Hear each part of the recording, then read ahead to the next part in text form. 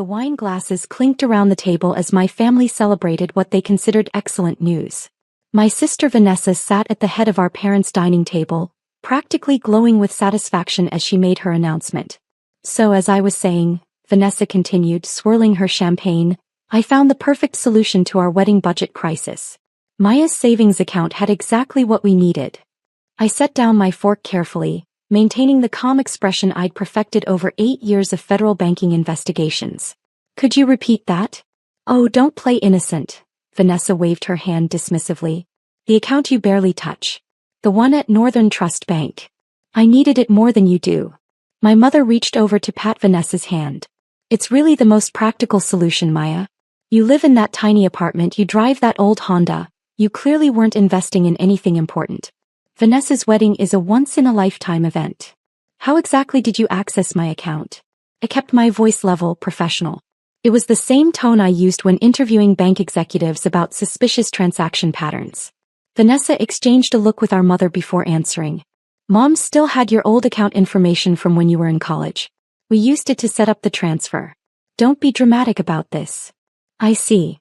I took a sip of water, processing the admission. And how much did you transfer? 47,000, Vanessa said proudly. It covered the venue upgrade, the designer dress alterations, and the honeymoon suite in Bali. The wedding planner said it's going to be absolutely spectacular now. My father finally spoke up from his end of the table. Maya, your sister deserves this. She's worked so hard planning this wedding. You can always save more money. You're still young. I'm 32, Dad. Vanessa is 28. Exactly, my mother interjected. You have plenty of time to rebuild your savings. Vanessa needs this now. Besides, what were you even saving for? You don't have a boyfriend, you're not buying a house, you just let money sit there doing nothing. I smiled slightly, thinking about the actual purpose of that account, but said nothing. Vanessa's fiancé, Derek, shifted uncomfortably beside her. Maybe we should have asked first, Van. Oh, please, Vanessa rolled her eyes. It's family money. Maya would have said yes anyway. I just saved us all the awkward conversation. Would I have? I asked quietly. Of course you would have, my mother said firmly. Because you're a good sister. And because family helps family. We've always shared everything. I thought about the countless times my family had shared my belongings growing up. My graduation money that funded Vanessa's spring break trip. My car that became Vanessa's car when she decided she liked it better. My college fund that somehow partially redirected to Vanessa's sorority expenses because she needed the networking opportunities. When is the wedding? I asked. Vanessa's face lit up. Saturday. Just 4 days away. You're still coming, right? I know you've been busy with work, but you have to be there. Wouldn't miss it, I said truthfully. Where's the venue again? The Grandmont Estate. Vanessa practically squealed. That's what your money paid for. The upgrade from the garden pavilion to the grand ballroom. It's going to be absolutely perfect. 200 guests, a 12-piece orchestra, roses imported from Ecuador. Derek's family is going to be so impressed. Derek's mother, Patricia, who had been quietly observing from across the table, cleared her throat. It does sound lovely, Vanessa. Though I must say I'm surprised you had access to Maya's accounts. That seems rather unusual. Oh, we're very close, my mother jumped in. Not like some families who keep secrets from each other. We share everything. Maya understands that Vanessa's happiness is the family's happiness. I noticed Patricia's eyebrows rise slightly, but she said nothing more. Well, I stood up, folding my napkin. This has been illuminating. I should get going. Early morning tomorrow. Still working that boring bank job? Vanessa asked with a hint of mockery. What is it you do again? Process paperwork or something? Something like that, I replied evenly. Congratulations on the wedding, Vanessa. I hope everything goes exactly as planned. My mother stood to hug me. Don't be upset, sweetheart. This is for the best. And who knows? Maybe you'll meet someone at the wedding. We've seated you with some of Derek's single colleagues. I smiled and said nothing. As I walked to my car, my phone buzzed. A text from my colleague Agent Harrison. Wire transfer flagged in Northern Trust system. Unauthorized access pattern matches your case parameters. Need you to verify. I texted back, verified. Subject is family member. Proceeding with scheduled protocol. His response was immediate. Confirmed. Team mobilizes Friday evening. Venue secured for Saturday morning. I drove home to my tiny apartment, a modern downtown loft I'd bought cash 3 years ago, and opened my laptop. The Northern Trust account Vanessa had raided wasn't my primary account. It was a monitored account I maintained specifically for my work with the Federal Banking Inspection Division, a joint task force between the Treasury Department and the FBI focused on financial crimes. The $47,000 Vanessa had stolen was federal monitoring money, part of a larger investigation into Northern Trust's internal security failures. My mother's access to old account information shouldn't have worked. The bank systems should have required updated authorization. The fact that the transfer went through represented a significant security breach, exactly the kind of vulnerability my team had been documenting for 18 months. Vanessa had just provided the perfect real-world test case of systematic failure. I pulled up my files on the Northern Trust investigation. 7 months ago, we'd identified multiple instances where outdated account authorizations remained active in their system. Elderly customers had reported unauthorized transfers by estranged family members. Small business owners discovered former partners still had access years after removal. The bank had insisted their security protocols were flawless. Now I had personal evidence to the contrary. My phone rang. Director Walsh, my supervisor at the Treasury Department. Maya, I heard about the flag. Are you all right? I'm fine, sir. Actually, this incident provides perfect documentation for our case. Your own family raided a federal monitoring account? They didn't know it was a federal monitoring account. They thought it was my personal savings. Boss. That's still theft. Sir. Which is why I've already filed the required reports.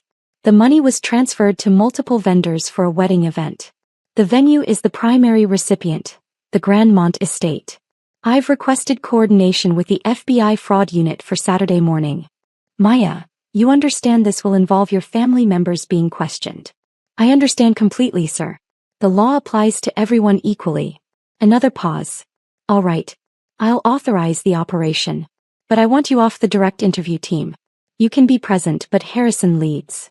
Understood. Friday morning I went to work at the Federal Reserve Building as usual. My actual office wasn't at a bank branch. I worked in financial crimes investigation, specifically examining how banks failed to protect customer assets. My title was Senior Inspector Financial Crimes Division, Treasury Department. I held Level 4 security clearance and had testified before Congress twice about banking security failures. My family thought I was a low-level bank employee because I'd never corrected them. When I got the job 8 years ago, fresh out of my master's program in forensic accounting from MIT, my mother had said, "That's nice, dear. Maybe you'll work your way up to manager someday." I'd never mentioned the MIT degree either.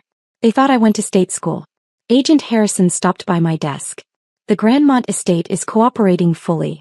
When we explained a federal investigation was involved, they offered complete access. Apparently your sister has been difficult with their staff. That sounds like Vanessa. The venue coordinator mentioned that your sister insisted on contract terms that raised some flags. She demanded all deposits be non-refundable and all payments be made in advance, cash or wire transfer only. No credit cards. I looked up sharply. That's unusual. That's what we thought. We pulled the venue's records. She's not the first client to request these terms, but she is the first one whose funding source came from a flagged account. You think the venue might be involved in something larger? Harrison shrugged. Too early to tell. But it's interesting. We're expanding the investigation scope. Friday evening my mother called. Maya, sweetie, I just wanted to make sure you're not upset about the money situation. You understand it was for the best, right? I understand perfectly, Mom. Good. Because Vanessa was worried you might make a scene at the wedding. You won't, will you? I won't make a scene, Mom. I promise everything will proceed according to protocol. Protocol? What an odd way to put it. Anyway, the rehearsal dinner is tonight, but I know you're too busy with work. We'll see you tomorrow at the wedding. 2 o'clock sharp. Don't be late. I'll be there early, actually. Oh, well, that's sweet. Maybe you can help with last-minute preparations. Something like that. Saturday morning arrived cool and clear. I dressed in my usual professional attire. A tailored navy suit, crisp white shirt, and the credentials badge I typically kept in my desk drawer. I arrived at the Grandmont Estate at 8:47 a.m. The venue was a sprawling historic mansion with manicured gardens and a ballroom that could host events for 500 guests. The parking lot was already busy with catering trucks and florist vans. I could see wedding decorations being arranged through the tall windows. I parked next to the 3 black SUVs already positioned near the main entrance. Agent Harrison met me at the door, along with 6 other federal agents and 2 representatives from the FBI's Financial Crimes Unit. "Morning, Inspector Chin." "Ready." "Ready." The venue coordinator, a polished woman named Margaret, approached us nervously. "The bride arrived 15 minutes ago. She's in the bridal suite with her bridesmaids and mother." "Should we?" "We'll need to speak with her," Harrison said professionally. "But first we need to secure the venue and document the financial transactions. No one leaves until we've completed our initial interviews." Margaret nodded, her face pale. I should mention, when I informed Miss Chin that there was an issue with her payment, she became quite aggressive. She insisted everything was paid in full and threatened to sue us for breach of contract. "What issue with the payment?" I asked. Margaret glanced at me, then at my badge. "The wire transfer was flagged by our bank this morning. They put a hold on it pending verification." I tried to explain to Miss Chin that we needed to confirm the source of the funds, but she wouldn't listen. Harrison and I exchanged looks. The Northern Trust security protocols had finally kicked in, 24 hours too late but better than never. "Let's go have a conversation with the bride," Harrison said. We walked through the elegant hallway toward the bridal suite. I could hear Vanessa's voice before we reached the door. "I don't care what your bank says. That money is mine. I transferred it legally from a family account. This is my wedding day, and if you think I'm going to let some banking error ruin it, you're insane." Harrison knocked firmly on the door. Vanessa yanked it open, her face flushed with anger. She was already in her wedding dress, an elaborate creation of silk and lace that probably cost $15,000. "What now?" "I already told you people." She stopped mid-sentence when she saw the federal badges. "Miss Vanessa Chin?" Harrison said formally. "I'm Special Agent Harrison with the FBI's Financial Crimes Unit. These are my colleagues from the Treasury Department's Banking Inspection Division. We need to speak with you about a wire transfer made from Northern Trust Bank on Tuesday evening." My mother appeared behind Vanessa, her face going white. "What is this? What's happening?" Then she saw me standing slightly behind Harrison in my full credentials. "Maya? What are you wearing? Why do you have a badge?" "Mrs. Chin," Harrison continued, "we need to speak with both you and your daughter about unauthorized access to a federal monitoring account." "Federal monitoring account?" Vanessa's voice rose to a shriek. "It was Maya's savings account." "No," I said quietly, stepping forward. "It was an account maintained by the Treasury Department for investigating banking security failures. The account you accessed belongs to the federal government. The money you transferred was federal funds." The color drained from Vanessa's face completely. You work for the government?" "I'm a senior inspector with the Treasury Department's Financial Crimes Division. I've held this position for 8 years. The account you accessed on Tuesday was part of an active federal investigation into Northern Trust Bank security protocols." My mother grabbed the doorframe for support. "But you said you worked at a bank. You said it was just paperwork." "I investigate financial crimes at banks. There is quite a bit of paperwork involved. You assumed I was a teller. I never corrected you." Harrison pulled out his tablet. "Miss Chin, Mrs. Chin, you're both going to need to come with us for formal questioning. The unauthorized transfer of federal funds is a serious offense." "But I didn't know." Vanessa's voice cracked with panic. "How was I supposed to know it was a government account? It was just sitting there." "That's part of the problem we're investigating," I said calmly. "The fact that you were able to access the account at all represents a significant security failure by Northern Trust Bank. However, the transfer itself still constitutes theft of federal property." 3 bridesmaids had appeared in the doorway behind Vanessa, their faces masks of shock. "This is insane," my mother said, her voice shaking. "Maya, tell them this is a misunderstanding. Tell them you gave us permission." "I didn't give you permission, Mom. I didn't even know about the transfer until Vanessa announced it at dinner on Tuesday. At which point I immediately filed the required federal reports." "You filed reports on your own family?" My mother's voice was disbelieving. "I filed reports on a federal crime. The relationship of the perpetrators to me is irrelevant to the law." Harrison gestured toward the hallway. "Ladies, if you'll come with us. We have interview rooms set up in the venue's conference center." "But the wedding." Vanessa was crying now, mascara beginning to run. "The guests are arriving in 5 hours. Derek is already at the church. This can't be happening." The venue is currently secured as part of our investigation, Harrison said. No event will be taking place here today. As if on cue, 2 more agents appeared, speaking with the catering staff who were starting to arrive. I could see the florists being redirected, the musicians being stopped at the entrance. Derek's mother, Patricia, came rushing down the hallway. What on earth is happening? Security won't let anyone into the ballroom and there are federal agents everywhere. She stopped when she saw the scene at the bridal suite door. Mrs. Morrison, I said professionally. I apologize for the disruption. There's been a significant development regarding the funding source for this event. The venue is currently part of an active federal investigation. Patricia's eyes widened as she took in my credentials badge. You're... Maya, what is this? I'm Senior Inspector Maya Chin, Treasury Department Financial Crimes Division. Your future daughter-in-law and my mother accessed a federal monitoring account without authorization. The funds used to pay for this wedding were obtained illegally.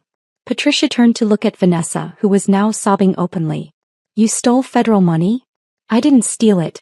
It was Maya's account. How was I supposed to know she worked for the government? Perhaps, Patricia said icily, you should have asked before taking money that didn't belong to you regardless of who it belonged to. My father arrived next, having apparently been parking the car. What's all this commotion? Vanessa, why are you crying? The wedding doesn't start for hours. He stopped when he saw the federal agents. Mr. Chen, Harrison said, your wife and daughter are being detained for questioning regarding the theft of federal funds. Are you aware of any involvement you may have had in accessing or authorizing the transfer from Northern Trust Bank? My father's mouth opened and closed soundlessly. He really looked at me perhaps for the first time in years. Maya? What's happening? Vanessa and Mom stole $47,000 from a federal monitoring account, Dad. I'm the federal inspector responsible for that account. The wedding is cancelled and they're both facing potential criminal charges. But, you work at a bank. You process paperwork. I investigate financial crimes at banks. I have a master's degree from MIT in forensic accounting. I've worked for the Treasury Department for 8 years. I hold level 4 security clearance. I've testified before Congress. And the account Vanessa raided was federal property. Vanessa slumped against the doorframe. This isn't real. This can't be real. My wedding. Derek appeared at the end of the hallway, still in his casual clothes, clearly confused by the scene. Baby, what's wrong? Why are there federal agents here? Patricia turned to her son. Derek, we need to talk. Now. As Derek and his mother stepped aside for an urgent conversation, Harrison began reading Vanessa and my mother their rights. Not arresting them yet, but making clear the severity of the situation. You have the right to remain silent. Anything you say can and will be used against you in a court of law. You have the right to an attorney. Vanessa's sobs grew louder. Several of her bridesmaids had started crying too, though I suspected they were more upset about missing the wedding than concerned about Vanessa's legal troubles. Another agent approached Harrison. Sir, we've confirmed the venue's payment records. The transfer from Northern Trust was flagged this morning when the venue's bank ran standard fraud detection protocols. Northern Trust has been notified and is cooperating fully. They've acknowledged the security failure that allowed unauthorized access to the account. Harrison nodded. Document everything. This is going to be a textbook case for banking security reform. My mother finally seemed to grasp the reality of the situation. Maya, please. You can't do this to your sister. To your family. We made a mistake, but we can fix it. We'll return the money. We'll apologize. Just make this go away. I can't make this go away, Mom. This isn't about family dynamics anymore. This is about federal law. The moment you accessed that account without authorization, you committed a federal crime. The moment you transferred those funds, you committed theft of government property. And the moment those funds were used to pay for services, you involved multiple third parties in a federal investigation. But you're our daughter, my mother cried. Doesn't that mean anything? It means I'm disappointed, I said quietly. It means I'm hurt that you thought so little of my work, my life, my choices that you felt entitled to take from me without asking. But it doesn't mean I can ignore federal law. No one is above the law, Mom. Not even family. Derek had finished his conversation with his mother. He approached Vanessa slowly, his face carefully neutral. Van, is it true? You stole money from Maya. It wasn't stealing. It was family money. She wasn't using it. But it wasn't actually her money, Derek said slowly. It was government money. And you didn't ask. You just took it. I took it for us. For our wedding. For our future. Derek looked at Patricia, then at me, then back at Vanessa. I need some time to think. Think. Vanessa's voice rose to a shriek. About what? The wedding is in 5 hours. There is no wedding, Van, Derek said quietly. Look around. Federal agents. Cancelled venue. Your family facing criminal charges. There's no wedding. We can fix this. We can go somewhere else. We can. No, Derek said firmly. We can't. Even if we could, I'm not sure I want to marry someone who would steal from their own sister and then blame her for the consequences. Patricia stepped forward, her voice kind but firm. Derek, let's go. Vanessa and her family need to handle this situation. We'll talk later. As Derek and his mother walked away, Vanessa collapsed entirely, sinking to the floor in her expensive wedding dress, sobbing uncontrollably. Harrison gestured to 2 female agents. Please escort Miss Chin and Mrs. Chin to the interview rooms. Handle them gently, but make sure they understand the seriousness of the situation. As my mother and sister were led away, still in shock, still crying, my father stood frozen in the hallway. You really did all this? He asked me quietly. Over money? Over federal law, Dad. Over a crime. If a stranger had accessed that account, would you expect me to ignore it because prosecuting them would be inconvenient? He had no answer. I love you all, I continued. But love doesn't mean enabling criminal behavior. It doesn't mean pretending crimes didn't happen because family committed them. Vanessa made a choice. Mom made a choice. They chose to steal money without asking, without considering consequences. Now they face those consequences. Your sister's life is ruined, my father said. No, Dad. Her wedding day is ruined. Her life is what she makes of it going forward. Maybe this will be the wake-up call she needs to understand that actions have consequences. That other people's belongings aren't hers to take. That the world doesn't revolve around her wants. I walked past him toward the interview rooms where Harrison was setting up. Behind me, I could hear vendors being turned away, guests being notified of cancellation, the entire elaborate wedding production grinding to a halt. The interviews took 4 hours. Vanessa alternated between sobbing, anger, and desperate attempts at justification. My mother tried repeatedly to blame me for not making my job clear, for tricking them by maintaining a federal account that looked like a personal account. Harrison was patient but firm. The facts were simple. Unauthorized access to a federal account, theft of federal funds, and attempted use of those funds for personal benefit. The investigation into Northern Trust security failures was secondary to the immediate criminal matter. By 2 p.m., the time the wedding should have started, my mother and Vanessa were released with formal warnings and notices to appear for federal proceedings. The U.S. Attorney's Office would decide on formal charges, but at minimum, they faced significant fines and potential probation. Northern Trust Bank faced a much larger investigation and likely federal sanctions for their security failures. I stood in the parking lot as my family left in separate cars. My father drove my mother, who was silent and hollow-eyed. Vanessa left with one of her bridesmaids, still crying. None of them looked at me. Patricia Morrison approached as I was getting into my own car. Inspector Chin? Mrs. Morrison. I'm sorry about all this. Don't be, she said crisply. You did your job. You upheld the law. And you potentially saved my son from a very difficult marriage. I smiled slightly. That wasn't my intention. I know. But it's a valuable side effect nonetheless. She paused. For what it's worth, I think you're remarkable. The strength it takes to do what you did today, knowing how your family would react. That's real character. Thank you. If you're ever interested in changing careers, Derek works in corporate law. His firm always needs good investigators with your credentials. I suspect you might want some distance from your family for a while. I took her card, genuinely touched. I appreciate that. As I drove home, my phone began buzzing with texts. Not from my family, they were radio silent. But from colleagues, from my director, from the U.S. Attorney's Office. Director Walsh called as I pulled into my parking garage. Maya, exemplary work today. I know it was personal. I know it was difficult. But you handled it exactly right.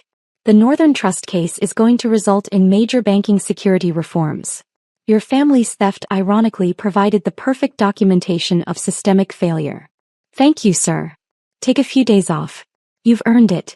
And Maya? I'm recommending you for promotion. Lead inspector. Your own team. You've more than proven you can handle it. After we hung up, I sat in my car for a long moment thinking about the day. My phone buzzed again. A text from a number I didn't recognize. "This is Derek. My mom gave me your number. I wanted to say thank you. And I'm sorry your family put you in this position. You deserve better. If you ever want to grab coffee and talk about anything other than federal crimes, I'd like that." I smiled, saved the number and texted back. "Coffee sounds good. How about next week?"